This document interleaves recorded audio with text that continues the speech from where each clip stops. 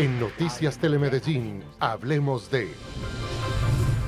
¿Qué tal? Muy buenas noches. Gracias por acompañarnos una vez más aquí como cada jueves en este espacio de conversación aquí en Hablemos de. Como siempre tenemos un tema de importancia para toda la ciudadanía y que usted debe conocer. Quiero saludar hoy especialmente a mi compañero de set, Juan Guillermo San Martín, que me acompaña hoy. Juan Guillermo, muy buenas noches. ¿Qué tal, Susana? Muy buenas noches para usted, también para todos los televidentes. Siempre importante reencontrarnos en este espacio de conversación. Importante poner en contexto todo eso que acontece en nuestra ciudad y en nuestro país, pero por el momento los invito a que veamos nuestros titulares.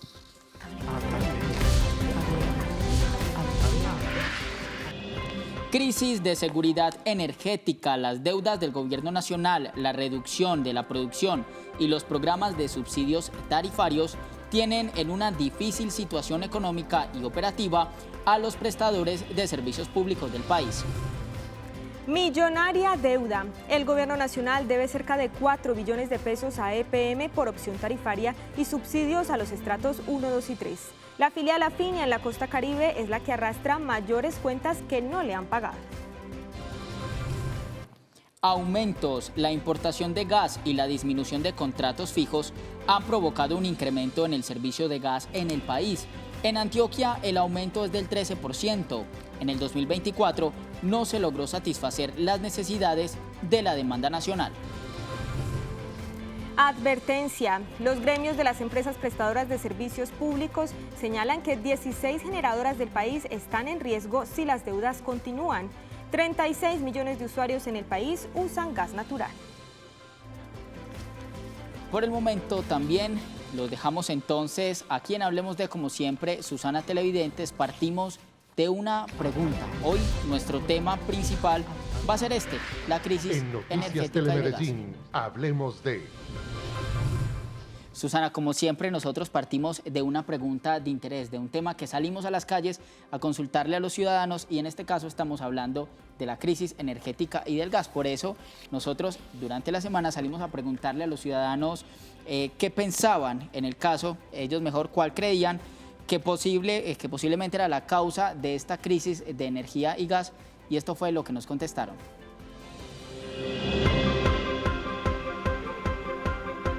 La principal causa puede ser este gobierno, porque está mal en todo, en lo energético, en la salud, en todo. Estamos muy mal, muy preocupados con este gobierno.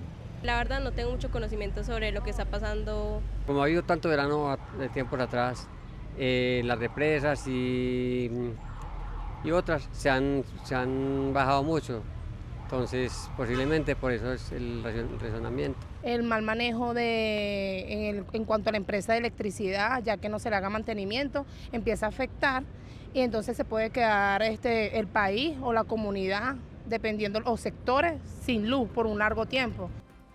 Bien, ahí estaban algunas de sus respuestas de la principal causa que estaría llevando a esta crisis energética en el país.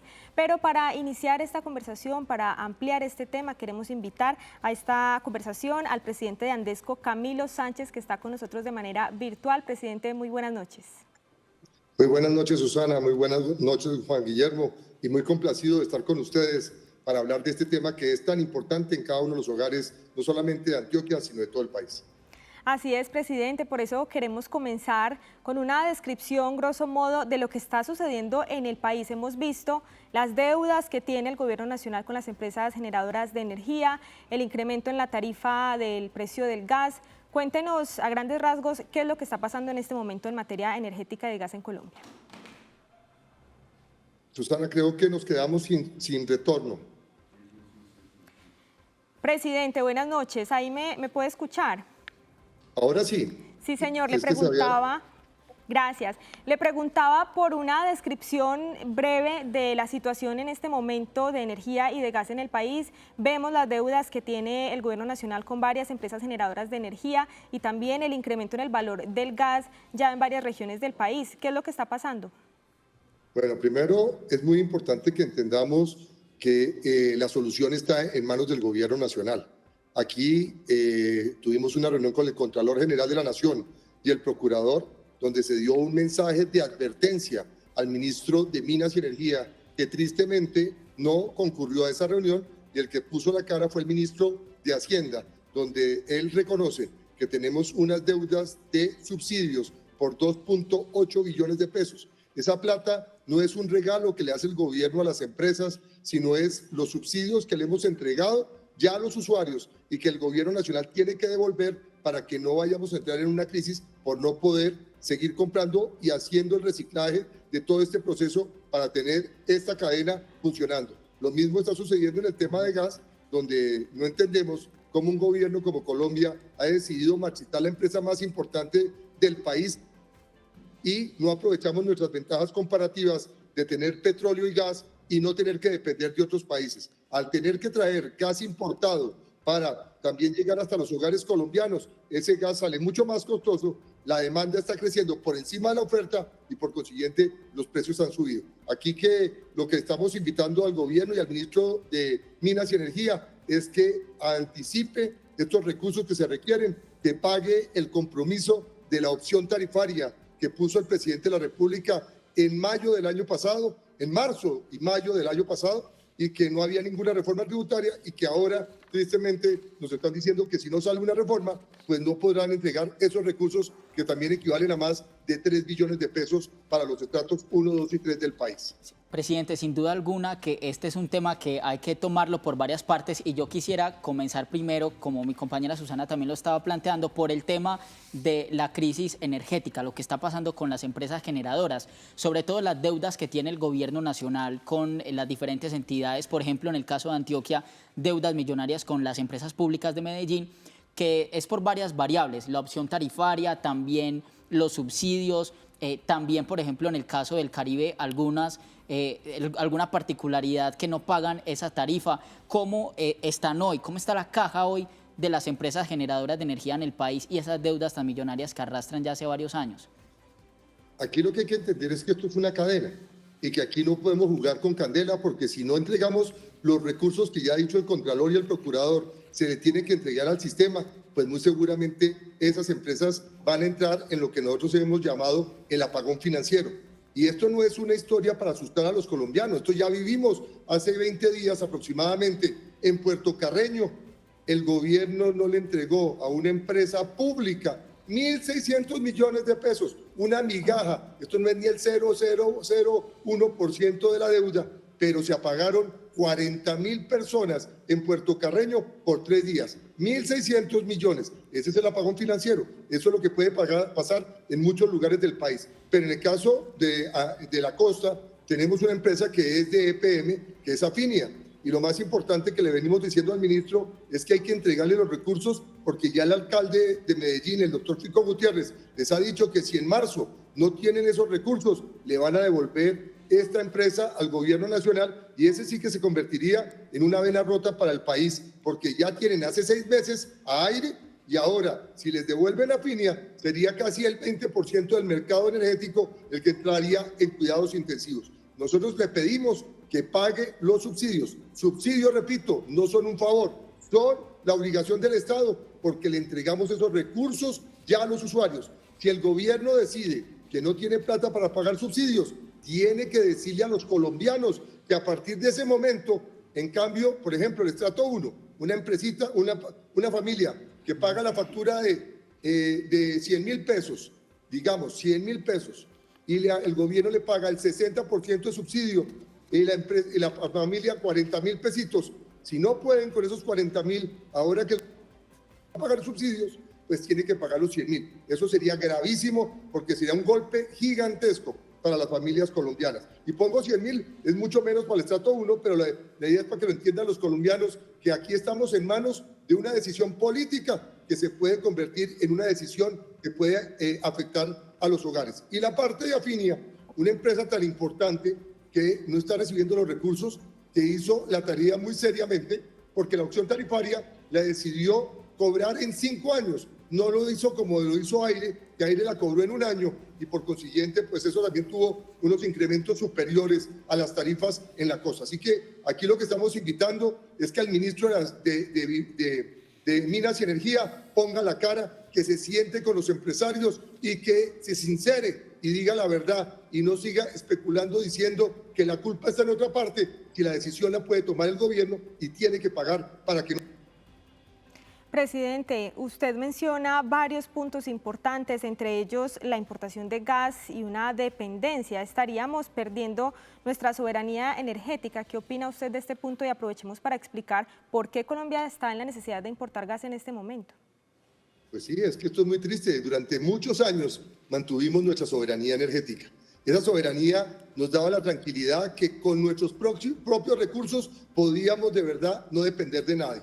Y se les olvida la historia de cómo el gobierno salió a decirnos que tranquilos, que íbamos a traer el gas de Venezuela. Ya se dieron cuenta que en su momento le dijimos que eso no era posible porque ni siquiera existía el gasoducto y adicionalmente por las sanciones que tenía Venezuela era imposible que llegara ese gas a Colombia. Después nos dijeron que no se necesitaba el gas porque supuestamente Ecopetrol ya había dado las oportunidades de tener gas disponible. Entonces le hemos pedido a Ecopetrol que nos diga en qué parte del país está el gas, por dónde lo vamos a entregar y cómo hacemos para que las empresas no tengan que tener que traerlo importado. Aquí habíamos traído gas importado a través de SPEC, la empresa que traía el gas para las térmicas. Y las térmicas han permitido que este país no se apague debido a que, aunque el gobierno no les gusta, esas térmicas han generado el 55% de la energía firme del país en los momentos más críticos. Y también tengo que felicitar a EPM con Ituango, porque Ituango también salvó del apagón con la parte de generación de las 4 turbinas hídricas a este país. Así que el gobierno tiene que entender, primero, que tiene que respetar el mercado, que tiene que dar seguridad jurídica, que es muy importante que le demos gas a los colombianos y que no marchitemos Ecopetrol, porque Colombia no es un contaminador neto en el mundo. Nosotros, menos del 0.6% de lo que se genera mundialmente de CO2. Y nuestras empresas están haciendo inversiones muy grandes para ser carbono neutrales. Así que aquí es importante que entiendan los colombianos. La decisión está en el gobierno. El ministro de Minas se esconde y no aparece. Y necesitamos un ministro que se siente con las empresas, que trabaje con las empresas y que no pelee con las otras públicas. EPM no es empresa privada. EPM es una empresa pública de Antioquia que ha sido ejemplo en todo el país. Presidente, a propósito, el ministro de Minas y Energía, Andrés Camacho, también en entrevista a diferentes medios de comunicación se refirió sobre esta situación. Veamos entonces qué dice el gobierno nacional. De justificación, creemos que hubo algunos mensajes de desabastecimiento el año pasado que llevaron a estos incrementos. Tenemos hoy el cubrimiento y tenemos el abastecimiento garantizado, por eso hemos solicitado que se haga una investigación sobre las causas y el comportamiento en el mercado, es decir, esto no obedece a la oferta que se tiene de gas en el país. Ahí teníamos las declaraciones del ministro de Minas. ¿Qué opina usted, presidente, de esas declaraciones?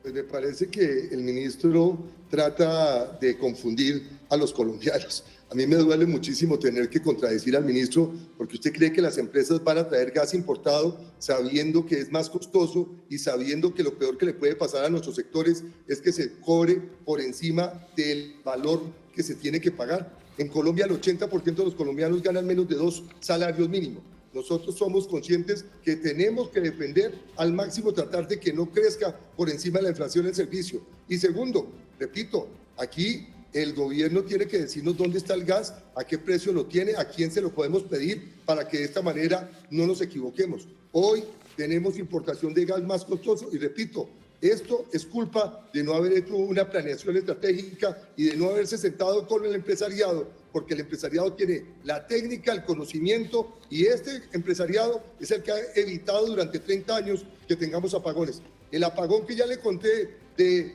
Puerto Carreño no es mentiras. Fueron 40.000 personas y esto se puede repetir si no cumplen con el compromiso que se hizo en la Contraloría por parte del ministro de Hacienda. Ese ministro que dijo, durante los próximos 4 meses, de enero a marzo, abril, se van a entregar 1 billón de pesos de subsidios. Pero el problema de los subsidios es que se está entregando la platica, pero cada mes sigue creciendo el valor que se tiene que cobrar. Mensualmente se está incrementando el valor en 350.000 millones y lo que estamos entregando en este momento es alrededor de 250.000 millones. ¿Qué significa? Que mensualmente estamos creciendo el taxímetro en 100.000 porque no estamos aflorando los recursos. Por eso hemos pedido con la Contraloría y la Procuraduría que se priorice el pago de los subsidios. Y repito, que si no lo va a pagar el gobierno, que le diga a los colombianos, a cada uno de los usuarios, que les van a cobrar en la tarifa lo que el gobierno durante 30 años ha pagado y que en este, tristemente, que es el gobierno de la gente, no va a tener la posibilidad. Presidente, usted menciona un punto muy importante y es justamente esa, la afectación al bolsillo del ciudadano de a pie. Ya vamos a volver con ese punto, pero antes quiero invitarlo a que revisemos algunas cifras que nos den contexto de este panorama de la crisis energética que vive el país, las causas y las consecuencias y lo que viene para el futuro. Juan Guillermo San Martín tiene estos datos. Juan Guillermo. Sí, Susana, televidentes, nosotros también quisimos graficar diferentes cifras para explicarle de una manera más clara también a los televidentes por qué estamos hablando hoy de una crisis energética y por qué también hemos visto estos incrementos, tanto en el alza de la tarifa de energía eléctrica como también en la de gas. Veamos entonces, revisemos por qué, cuáles son estas causas y consecuencias de esta situación. Veamos primero el tema del déficit financiero de las empresas generadoras de energía en el país. El déficit actualmente, según las cifras de diferentes agremiaciones que arrastran las empresas que generan energía eléctrica en nuestro país, está en los 7 billones de pesos. Y esos 7 billones de pesos tienen varias razones, varias causas. Una de ellas son los subsidios a las tarifas. 2,7 billones de pesos le debe el gobierno nacional en subsidios a las tarifas, especialmente de los estratos 1, 2 y 3, a las empresas generadoras de energía en el país. También la opción tarifaria, que es lo que hablaba y también nos explicaba muy bien el presidente de Andesco. 3,3 billones de pesos debe el gobierno nacional. Y además también de esto hay unas deudas particulares por otros motivos a las empresas que ascienden a 1 billón de pesos. Esto suma entonces en total 7 billones de pesos de deuda. Veamos entonces las consecuencias. En el país son 16 empresas, entre ellas EPM, la empresa que presta servicio en nuestro departamento de Antioquia y en otras regiones, que están en riesgo por esta crisis financiera debido a la falta de pagos, la falta de giros del gobierno nacional. Veamos que de estas empresas generadoras de energía, en total en el país, hay 560 personas que trabajan, 560 familias que en el caso de varias empresas que también han tenido que entrar en liquidación, podía generar a futuro una pérdida de empleos en el sector energético. Y como lo mencionaba también el presidente, pues en últimas quien sufre las consecuencias también mayores es la gente de a pie, los ciudadanos del común, quienes podrían ver incrementos de hasta el 150% en su tarifa de servicios si las deudas con estas empresas generadoras se siguen prolongando. Veamos entonces esto en cuanto a la crisis energética, pero revisemos cómo está el tema de la visión a futuro. Según cifras de diferentes agremiaciones, en 2027 no habría suficiente demanda y varias empresas no podrían o se volvería insostenible para varias empresas prestar el servicio de energía eléctrica arrastrando estas deudas. El 50% también se reducirían algunas diferentes fuentes de generación de energía hasta en un 50% según las cifras que nos comparten las agremiaciones. Y una de las soluciones que plantean diferentes entidades es poder ampliar hasta 110 gigabytes al día al menos la oferta de energía eléctrica para que ésta no supere la demanda. Vamos a pasar ahora al tema del gas. Veíamos entonces el tema de la energía, ahora revisemos el tema del gas. Los incrementos del gas tienen varias causas, en este caso, como lo mencionaba el presidente, el tema de la importación que tiene que ver en que Colombia, al no controlar los precios, está sujeto o supeditado a que los diferentes agentes del mercado puedan tener una variación en el precio, lo que perjudica la tarifa de servicios. Veamos entonces, según las diferentes revelaciones que han hecho agremiaciones, los incrementos que se ha tenido en la tarifa y en los precios del gas en diferentes departamentos. Por ejemplo, Banti, que abastece especialmente al centro del país, a Bogotá, Cundinamarca y otros departamentos, ha tenido incrementos del 22%. En el caso de Antioquia, EPM, incrementos del 13%, GDO en el Valle del Cauca y en otras zonas del suroccidente, 12%, Gases del Caribe, especialmente en estas 5 regiones que componen la zona del Caribe, incrementos del 10%, y en el caso de Alcanos, que abastece de gas a departamentos como el Cauca, como Nariño y otros del sur del país, ha tenido incrementos del 9% como consecuencia de esta difícil situación del gas. Bien, Juan Guillermo, muchas gracias. Ahí teníamos entonces a detalle esas cifras de la afectación por la crisis energética y estamos conectados a esta hora con Camilo Sánchez, presidente de Andesco. Presidente, gracias por continuar con nosotros y hablemos de ese punto que dejamos ahí pendiente y es la afectación para el ciudadano de a pie. ¿Cómo estas deudas del Gobierno Nacional afectan la prestación del servicio y las tarifas de servicios? Pero ahí voy a darte algo muy importante también del gas. Es muy importante el transporte del gas. Uno de los costos más importantes es que es importado, pero segundo, que hay que llevarlo desde el lugar donde entra el gas hasta el centro del país. Son casi 1000 kilómetros, tiene un costo importante, de ahí la diferencia de ese incremento que es superior en el centro del país. Es muy importante que entiendan que está incorporado el transporte más el gas importado, que no debíamos tenerlo, porque Colombia, con todo lo que hemos logrado, por ejemplo, lo de Sirius, haber encontrado esa noticia tan importante que para el presidente de la República fue mala noticia, yo tengo que decirle a los colombianos que es la mejor noticia que nos puede suceder, porque nosotros no debemos depender de nadie y adicionalmente Ecopetrol hacia el futuro tendrá que repetir y volver a ser nuestra fuente para poder tener los ingresos para la inversión social y segundo, para no tener que depender de nada y generar estos recursos importantes para todo el territorio. Y en el bolsillo de los colombianos también estamos dando opciones al gobierno. El gobierno aceptó pagar la opción tarifaria. Esa plata, que son 3.3 billones, tiene que hacer un artículo en un proyecto de ley por fuera de cualquier reforma tributaria, donde en el Congreso, con la mensaje de urgencia, en menos de 2 meses podemos tener esa plata que ayudaría muchísimo a los hogares colombianos. Esta es una plata que se dio durante la pandemia y que en el caso de EPM pues tiene unos impactos gigantescos y sería muy importante esa deuda. Lo de los subsidios lo entienden perfectamente. Para los estratos 1, el subsidio que paga el gobierno es del 60%, para el estrato 2, el 50%, para el estrato 3, el 15%. Esto es importantísimo, porque si dice el gobierno que no va a entregar, esos que eran los pagos tiene que asumir el usuario. Y yo le digo, en este momento, si se ponía difícil pagar la tarifa, pues yo creo que se vuelve casi en un imposible para esos estratos populares que han tenido el beneficio del gobierno nacional. Bien, presidente, muchísimas gracias. Ahí estaba Camilo Sánchez, presidente de Andesco, con algunas conclusiones y el contexto de lo que está sucediendo en el país en materia de energía y gas. Presidente, muchísimas gracias por acompañarnos. Bien, vamos a hacer una pequeña pausa y ya regresamos aquí a este espacio. Hablemos con nuestro tema para hoy, la crisis energética y de gas en Colombia. Ya volvemos. Hablemos de...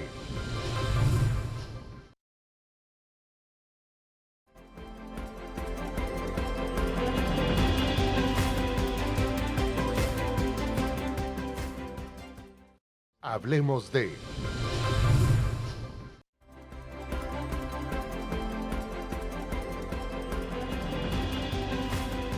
Seguimos en esta conversación hablando de la situación de gas y energía en el país, ahora también para ponerlos en el contexto de lo que sucede en el departamento de Antioquia. Como siempre es menester en este programa también preguntarle a la gente su opinión, lo que piensan, lo que consideran en estos temas y también salimos a preguntarle a las calles, salimos a preguntarle a la gente en las calles qué medida consideran más efectiva para enfrentar esta crisis de energía y también de gas.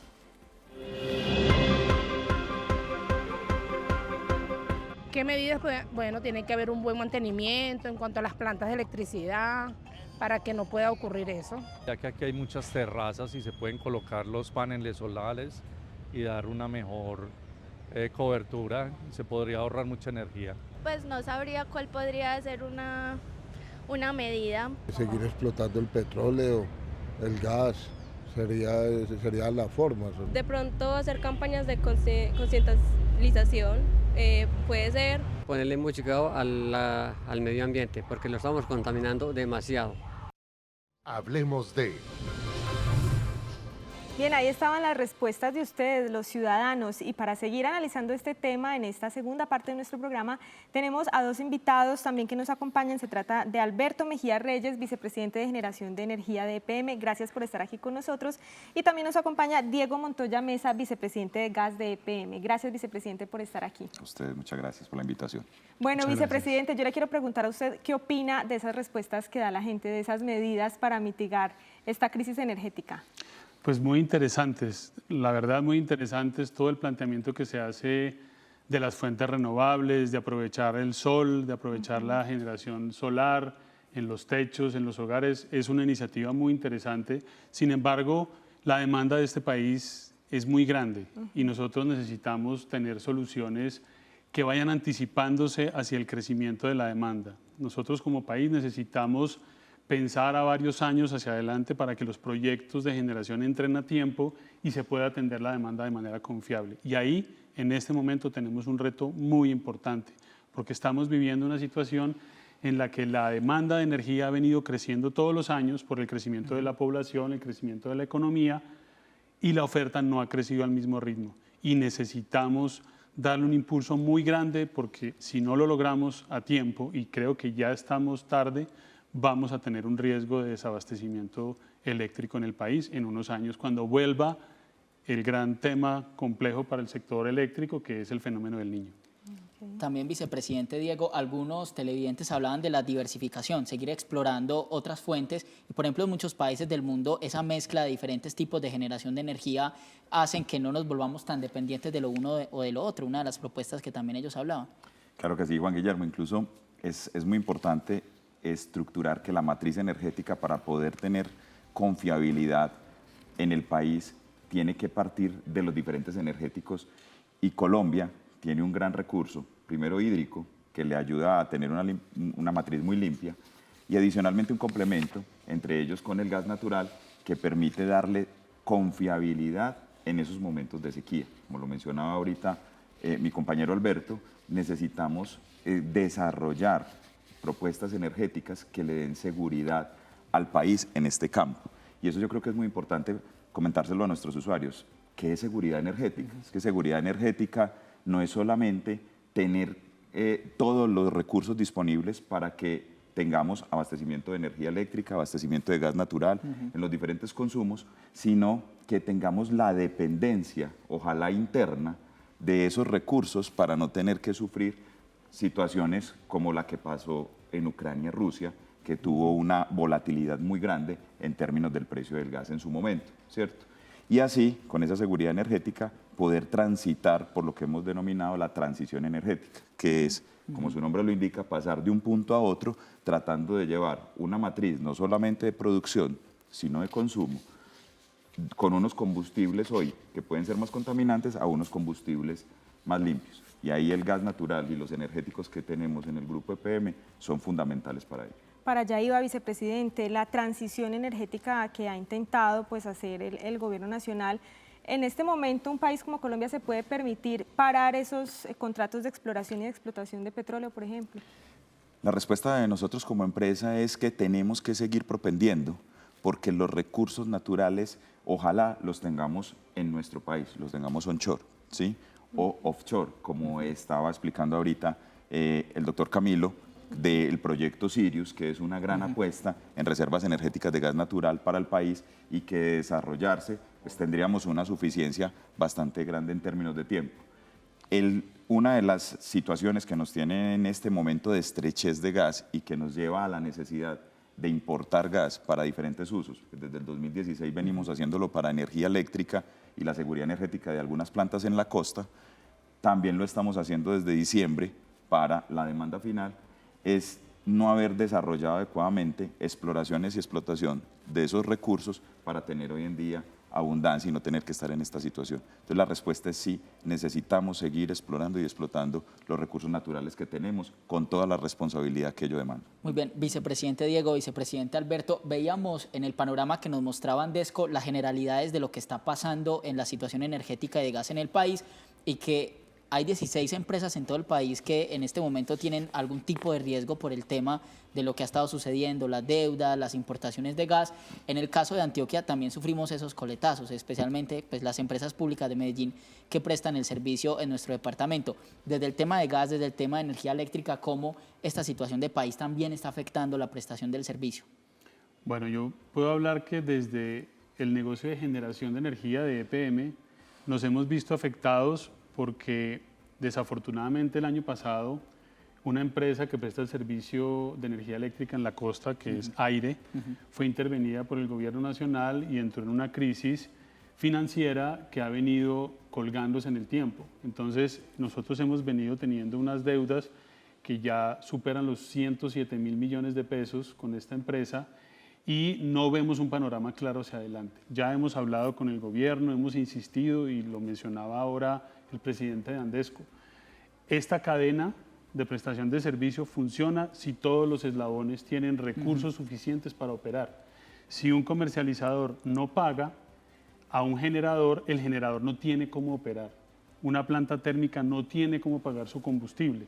Entonces estamos viviendo un efecto que tenemos que cortar, porque si no se da una situación por un problema hidrológico, de un fenómeno del Niño que nos lleve a un eventual racionamiento, lo vamos a tener por un problema de insolvencia financiera de las empresas. Y ese es el reto que tenemos en el más corto plazo. El otro gran reto que tenemos en este momento como país es que los proyectos de generación, todos los proyectos que se han impulsado desde hace años, no han podido entrar a tiempo. Particularmente toda la expansión que se hizo con la energía eólica de La Guajira no ha podido entrar. Debieron haber entrado en el 2022 y en este momento estamos viendo como una fecha tentativa el año 2026. Es decir, ya hay un rezago muy importante.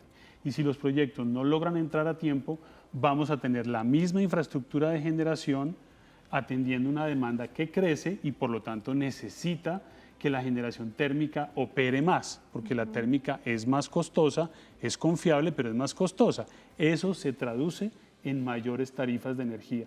Y ese es un problema estructural que tenemos que resolver y hemos venido planteándole esas inquietudes al gobierno.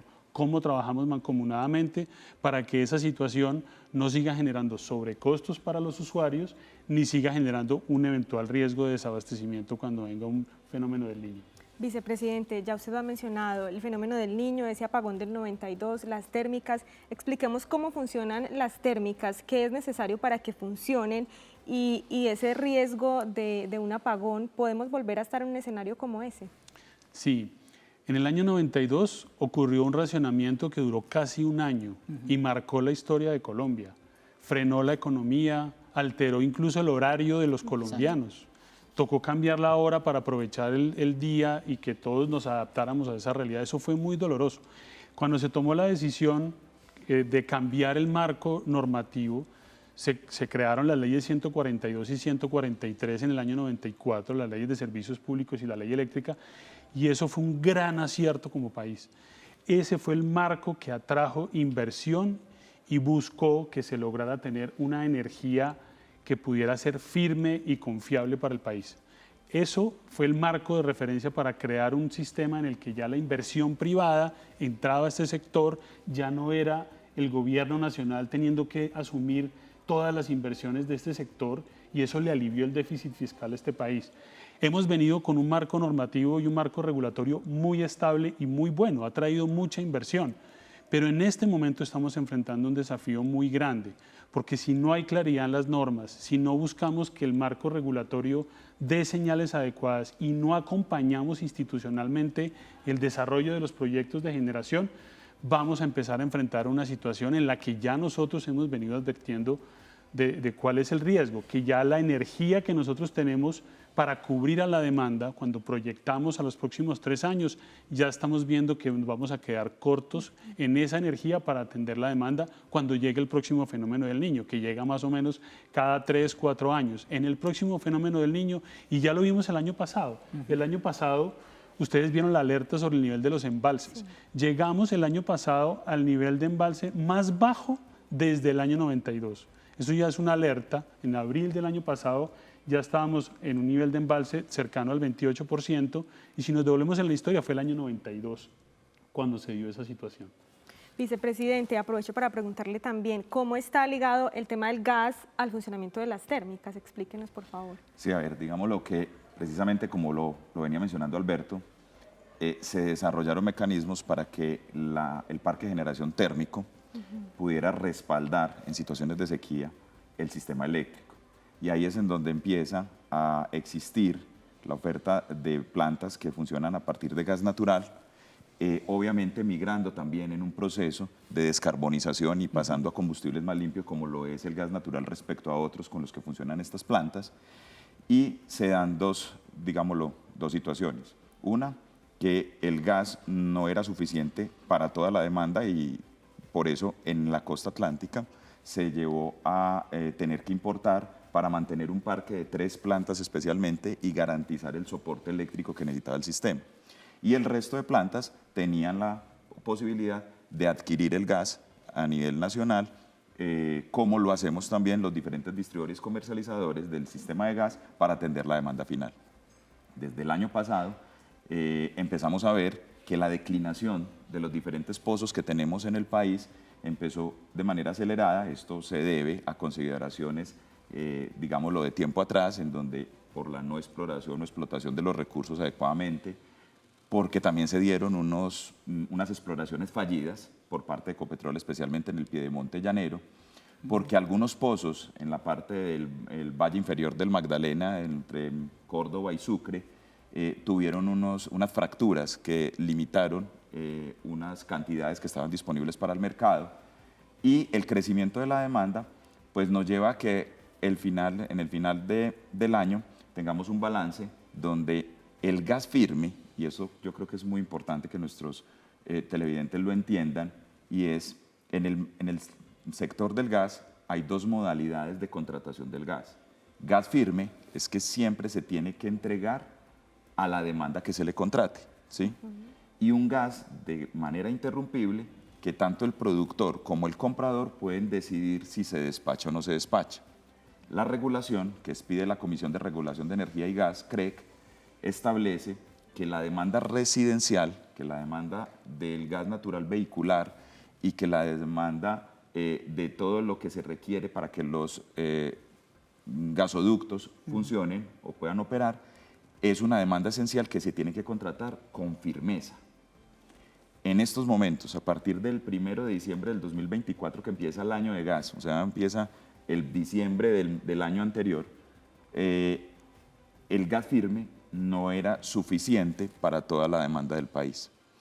Y eso lo pudimos, no solamente porque lo estamos diciendo nosotros, eso está estructurado en la información pública que tiene el gestor del mercado, que es quien controla, o digámoslo, donde se registran todos los contratos que se transan en el mercado de gas.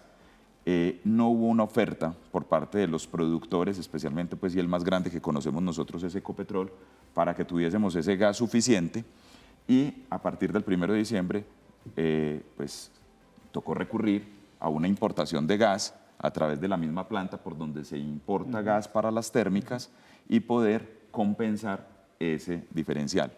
Obviamente aparece también un gas interrumpible que hace parte, digámoslo, de la atención de la demanda, pero como les digo, no es suficiente el firme, se tiene que importar, y lo que se da hoy una tranquilidad es que hay garantía en entregar la molécula del gas, pero eso equivale a que esa importación, sumado a que la escasez hace que la oferta y demanda en el día a día de algunos pozos internos, especialmente los pequeños, suba en términos de precio, y lo que explicaba el doctor Camilo ahorita, que el gas ya tengamos que traerlo desde la costa atlántica hasta el interior. Antes los traíamos desde el piedemonte llanero, que estaba mucho más cerca de nuestra demanda, hacen que suba el valor final del gas, tanto en la componente de compra como en la componente de transporte. Sí, vicepresidente. Sí, señor. Quería complementar algo importante.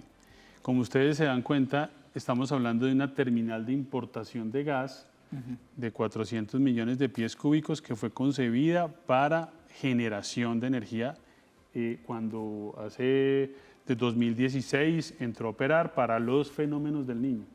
En este momento ya estamos viendo que los otros sectores de gas están empezando a necesitar esa infraestructura. Entonces ya estamos con una infraestructura concebida para el sector térmico que ya está siendo necesario utilizarla para atender el tema de los otros sectores. Entonces, incluso la dependencia del precio de la energía en Colombia ya está asociada tanto para energía eléctrica como para gas a una señal internacional. Entonces, Diego lo decía ahora, si hay una crisis como la de Ucrania, el precio del gas sube, el precio de la energía eléctrica sube, el precio del gas para usuario final sube, y si nosotros lográsemos desarrollar proyectos a nivel nacional de generación o gas nacional, no estaríamos dependiendo de esta situación. Eso hay que verlo a futuro para que no nos coja ya la demanda mental. Por ahí, vicepresidente, va muy encaminada la pregunta que le iba a hacer, y es el panorama del año 2024. Vimos esa cifra récord de reducción en el caudal, por ejemplo,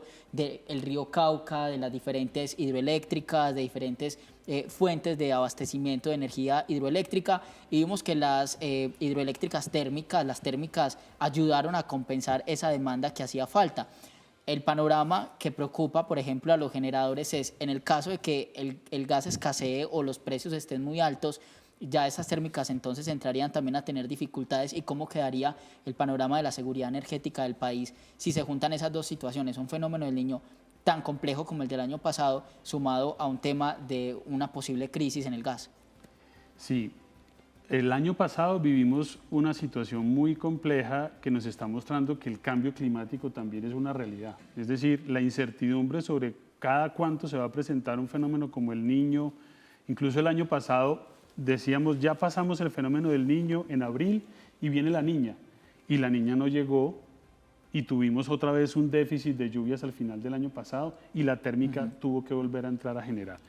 En este momento, las térmicas son un pilar fundamental de la confiabilidad del país, y nosotros vemos que, como mencionaba ahora, la oferta actual de energía no es suficiente para atender el crecimiento de la demanda. Necesitamos incluso nueva generación térmica. Por eso lo que mencionaba Diego ahora de que el gas natural es el combustible de la transición energética, porque es el combustible que tiene menos emisiones de CO2, necesitamos seguir creciendo también con térmica y con hidroeléctrica que tenga embalse. No solamente podemos pensar en que vamos a atender el crecimiento de la demanda del país, que ya es muy grande, solo con energía solar. Toda la energía solar que se pueda, la energía eólica, pero no olvidemos la hidroeléctrica y la termoeléctrica, porque el crecimiento de la demanda es muy importante y estas tecnologías siguen siendo muy competitivas. Vicepresidente, para los dos, ¿va a seguir subiendo el valor de la tarifa de servicios, el valor del gas, o qué tiene que pasar ahora, como en este momento, para que ya no siga subiendo ese valor para los ciudadanos de a pie? Miren, en el caso del gas, y yo creo que en todos los servicios, ellos están indexados a unos factores macroeconómicos que los establece la Comisión de Regulación de Energía y Gas. Y los diferentes prestadores de servicio en las cadenas que tiene cada uno de esos componentes, pues se hace de la manera más eficiente y se pone a disposición del mercado. En estos momentos, el país requiere no solamente de seguir explorando y explotando, desarrollar proyectos como Sirius y ponerlos en operación comercial, pero estamos hablando de que eso es más o menos a la vuelta de 3, 4, 5 años, dependiendo de las condiciones tanto de desarrollo y del licenciamiento y los permisos que requieren esos proyectos. Mientras tanto, vamos a tener que desarrollar proyectos a nivel país en donde pueda tener más capacidad de importación de gas. Y eso hay que hacerlo de una manera planificada que permita que las contrataciones que hagamos en el mercado internacional sean competitivas respecto a lo que hoy estamos teniendo. Porque hoy lo que estamos teniendo es una compra de gas que de alguna manera se hace a corto plazo. Las subastas que nos están ofreciendo los productores que pueden importar o los comercializadores que están importando son gas a un mes, a 2 meses, y cada mes o cada 2 meses estamos en esa situación. Si hacemos contratos a largo plazo, obviamente la molécula tiene que bajar. Si desarrollamos a nivel regulatorio, de la Comisión ha venido proponiendo flexibilidades comerciales para que esta situación se pueda subsanar, pero si también la apoyamos en temas de que el transporte de gas no se pague por distancia. ¿Qué es eso? Hoy el transporte de gas se paga donde entra la molécula, es decir, donde está el campo, donde está la planta de importación, se empieza a contar y vale el transporte dependiendo en dónde se consume. Entonces, nosotros, para el caso de Medellín o caso de Antioquia, si tenemos una molécula que entra por la planta de regasificación en Cartagena, tenemos que pagar de Cartagena hasta La Guajira, porque así está el gasoducto. Y de La Guajira bajamos hasta límites de Puerto Berrío, y en Puerto Berrío entramos a nuestro sistema de distribución en Antioquia. Eso hace que tengamos una tarifa bastante alta. Si el regulador estructura que haya lo que denominamos nosotros o una agregación de tramos o una estampilla para que todo el país pague el mismo cargo de transporte independiente en donde se consume, eso generaría un impacto positivo a gran parte, especialmente a todo el interior del país, ante la situación de gas que estamos viviendo, ¿sí? Que eso mismo hoy en día sucede en el sistema de transporte nacional de energía eléctrica, que es una estampilla, es decir, todos pagamos el mismo cargo y hace que no se les recargue más a unos que a otros. Entonces, si se dan esas condiciones, digámoslo, tendríamos un efecto de variación de la tarifa dependiendo de las variables macroeconómicas que tenga el país. Quedan, por supuesto, vicepresidente, varios asuntos que conversar. Por el momento vamos a unos breves mensajes institucionales y ya volvemos con este tema de conversación, de debate sobre el gas y la energía en nuestro país.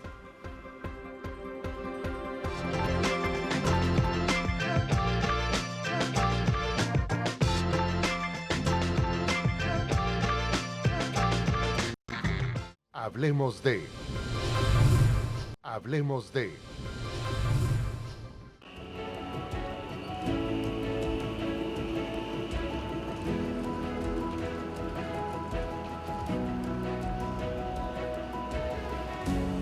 Hemos conversado en este programa, hablemos de la situación de gas y energía eléctrica en nuestro país, lo que está pasando también en el departamento de Antioquia, los efectos, pero sobre todo, vicepresidente Diego Alberto, me gustaría preguntarles, porque seguramente la gente del común de a pie se hará la pregunta de, bueno, ¿y esto cómo se ve reflejado en mis bolsillos, en la tarifa de servicios públicos? ¿Cómo afecta, digamos, a lo micro, no solamente a las empresas generadoras con el déficit económico que pueden tener por estas deudas, sino al ciudadano? Bueno, en el caso del gas natural para Antioquia, nosotros en la factura que en estos momentos se está distribuyendo desde el 1 de febrero, dependiendo de los ciclos que le llegue a cada uno de nuestros usuarios, van a ver reflejado un incremento por estas condiciones que hemos venido hablando durante el programa de aproximadamente el 21% en tarifa total. Pero eso solamente se va a dar para los estratos 3, 4, 5 y industria y comercio. ¿Sí? El estrato 1 y 2 de nuestro mercado no va a tener una afectación y eso se debe a porque a las condiciones de subsidio que tienen estos dos estratos permite que se absorba ese incremento, ¿cierto? Es decir, se subsidia también el incremento.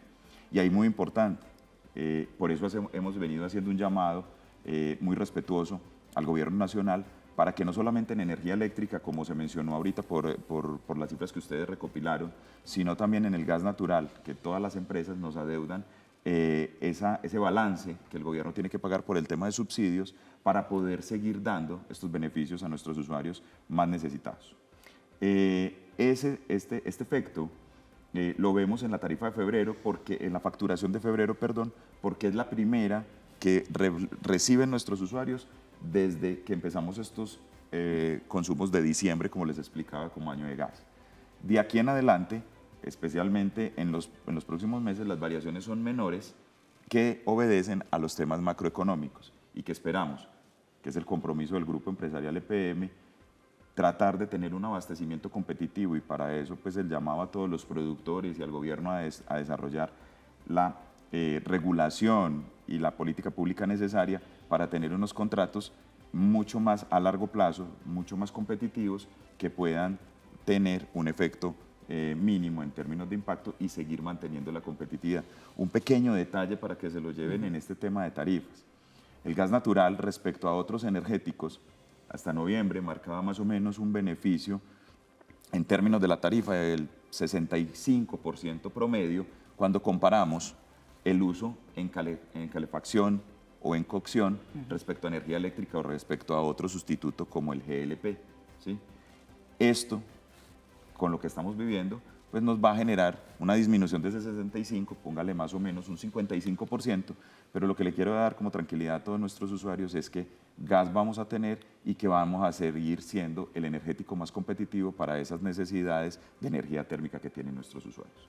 Y en materia de energía eléctrica, EPM ha mantenido siempre una política de cubrir al usuario de las variaciones que tiene el precio de la energía en la bolsa de energía. Recordemos que todos los días se define un precio de la energía en Colombia que depende de cuánta agua hay en los embalses, si hay fenómeno del niño, la niña, es muy volátil, ¿sí? Hemos tenido meses en los que el kilovatio hora en la bolsa está a 150 pesos y hay meses en los que ha estado a 1.000 pesos el kilovatio hora.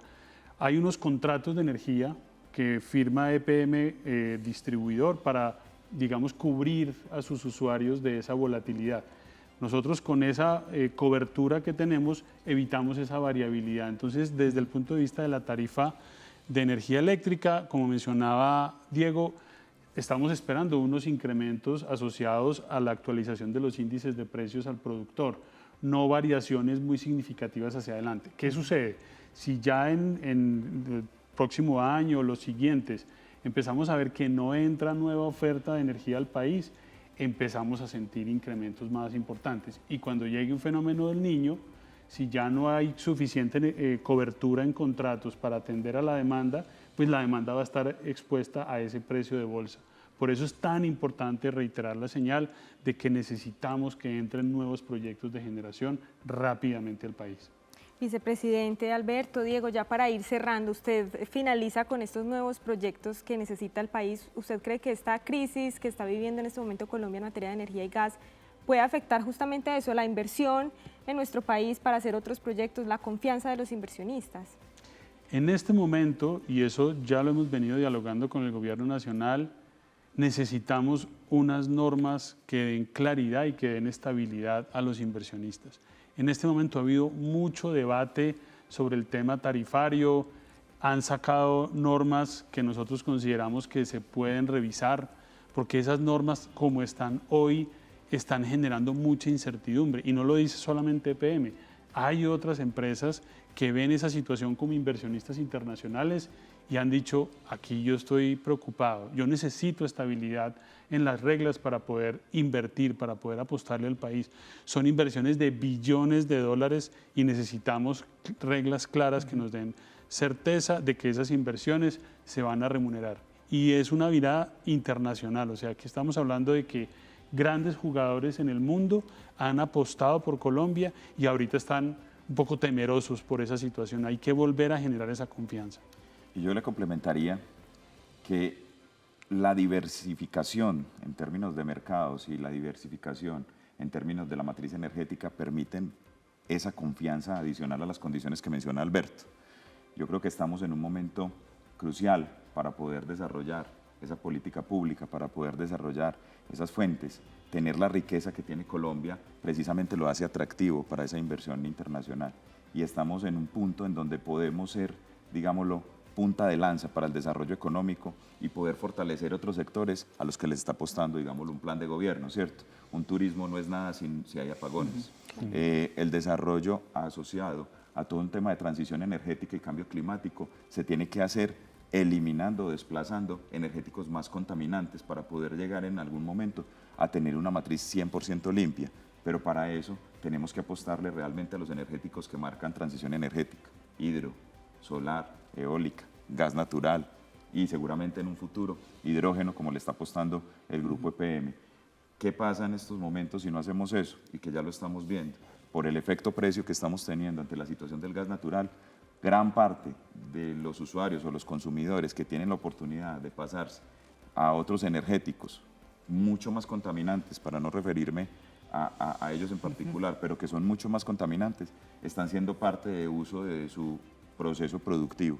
Eso lo que hace entonces es que con estas decisiones, con estas acciones, con lo que nos está pasando en términos de esta coyuntura, estamos llevando a que el país consuma elementos más contaminantes y así no vamos a poder sacar, nos estamos retrocediendo. Sí, vicepresidente Alberto, Diego, pues durante todo el programa nos han ido contando cuál es la posición y también qué está haciendo el grupo EPM para primero pensar en los usuarios frente a este tema que para ellos es ajeno, el asunto del mercado, el asunto de la importación y demás, pero que se ve reflejado en su tarifa. Pero quisiera preguntarles de manera más directa, el grupo EPM, ¿qué trabajo viene haciendo entonces frente a esta crisis? Ustedes hablaban de que por supuesto se necesita más exploración, otro tipo de proyectos, EPM los tiene, nos hablaba por ejemplo de los proyectos de diferentes tipos de energía, la solar por ejemplo también que le han dado tanta fuerza, lo de hidrógeno también que le han dado tanta fuerza, pero también qué mensaje queda por parte de EPM y también recomendación a los ciudadanos que seamos más conscientes, además porque también se puede tratar de un tema de pedagogía de consumo. Sí, En materia de generación de energía, el grupo EPM siempre ha hecho una apuesta de país y una apuesta a largo plazo. Ya entraron las primeras 4 unidades de Ituango, eso evitó un apagón, y no solo evitó un apagón, cuando entraron las unidades 3 y 4 a generar en noviembre del año pasado, del año 2023, en pleno Niño, el precio de la energía en la bolsa bajó un 40% por la entrada de la generación de Ituango. Energía renovable. Es muy importante que tengamos todos presentes que la hidroelectricidad es renovable, tan renovable como la solar. ¿Cuál es la apuesta? La segunda etapa de Ituango. Las otras 4 unidades de Ituango, año 2027, eso va a contribuir aún más a aumentar la oferta energética y tenemos una apuesta también agresiva en términos de crecimiento solar. El año pasado entramos en operación el parque Tepuy de 83 megavatios, eso fue un hito muy importante. En autogeneración solar, EPM viene impulsando ofrecerle a nuestros grandes consumidores y también en los hogares, a través de alianzas que tenemos, montar paneles solares y ya tenemos una capacidad importante, cercana a los 30 megavatios en autogeneración, para que los usuarios se autoabastezcan.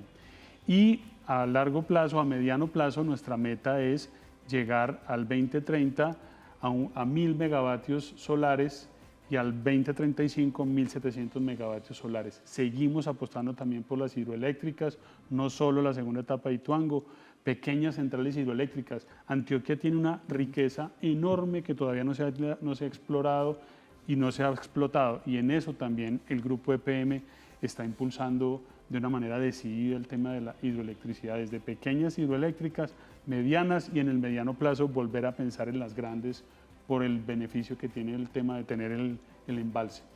Y en el caso del gas natural, como lo decía ahorita, pues uno de los energéticos más competitivos para nuestros usuarios, le estamos apostando también a traer propuestas de energéticos verdes que complementen la oferta directamente del gas natural. Y fue el caso de la puesta en marcha de la primera planta de enriquecimiento de biogás a partir del biogás que sale de las aguas tratadas de los lodos en la planta de tratamiento San Fernando. Ahí pusimos ya esa primer planta que hoy en día está entregando más o menos un gas equivalente a unos 9.000 usuarios, pero con un potencial de 40.000, que es al momento va a ofrecerlo a esos 40.000 en el momento en que tengamos más producción de ese biogás. Eso hacemos un enriquecimiento de ese biogás, quiere decir, lo limpiamos, le quitamos los contaminantes y se vuelve un biometano, pero a partir de una fuente verde. También venimos explorando proyectos para aumentar ese biogás de otras fuentes. Vamos a desarrollar todo un proyecto para capturar el biogás que produce el relleno La Pradera, el relleno sanitario La Pradera, y estamos también en el desarrollo de unos proyectos asociados a biomasa provenientes de desechos como el banano, el plátano, los residuos animales, y eso va a permitir tener unas fuentes adicionales limpias y competitivas que van aportando también a esa descarbonización. Y como lo dije ahorita, pues estamos haciendo los diferentes pilotos y los diferentes estudios para avanzar en el desarrollo de hidrógeno verde, que tendría un gran requerimiento de energía eléctrica para poderlo producir, pero que complementaría esa canasta energética que necesitamos para tener a futuro un energético verde gaseoso para esas necesidades térmicas que requiere no solamente el país, sino con un potencial de exportación.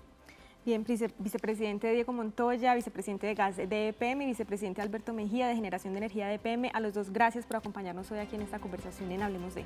A ustedes muchísimas gracias. Bien, llegamos al final. Juan Guillermo, gracias por acompañarme también esta noche y a ustedes, por supuesto, por hacer parte de esta conversación. Los esperamos el próximo jueves con otro tema de ciudad, otro tema de país, otro tema para analizar. Que tengan una feliz noche. Hasta pronto.